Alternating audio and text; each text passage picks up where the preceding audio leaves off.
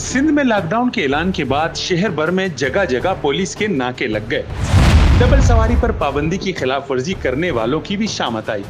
Vaccination centres पर rush बढ़ गया। लोग लंबी लंबी कतारों में खड़े अपनी बारी का इंतजार कर रहे हैं। आगे बढ़ने से कबल हमारे चैनल को सब्सक्राइब, वीडियो को लाइक और बेल आइकन को प्रेस कीजिए। गुज़िश्ता रोज वज़ीर आला सिंध सैयद मुराद अली शाह ने कोरोना टास्क फोर्स के इजलास के बाद 8 अगस्त तक सिंध भर में लॉकडाउन का ऐलान किया, तो आज इस पर अमल दरामद करने के लिए शहर भर में जगह जगह पुलिस ने नाकाबंदी कर दी। अहकामात के बाद शहर के तमाम अहम और छोटे बड़े कारोबारी मराकज़ बंद रहे, जबकि सड़कों पर ट्रांसपोर्ट भी गायब रही।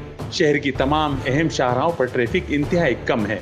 इजलास में किए गए फैसले के मुताबिक शहरियों के वैक्सीनेशन कार्ड की चेकिंग का सिलसिला भी जारी है। शहर के मुख्तलिफ मकामात पर कायम कोरोना वैक्सीनेशन सेंटर्स पर शहरियों का रश बढ़ गया, जिसके सबब समाजी फासला बरकरार रखना मुमकिन न रहा, जो कोरोना SOPs की खुल्लम खुल्ला खिलाफ वर्जी और वैक्सीनेशन सेंटर्स की कारकर्दगी पर सवालिया निशान है।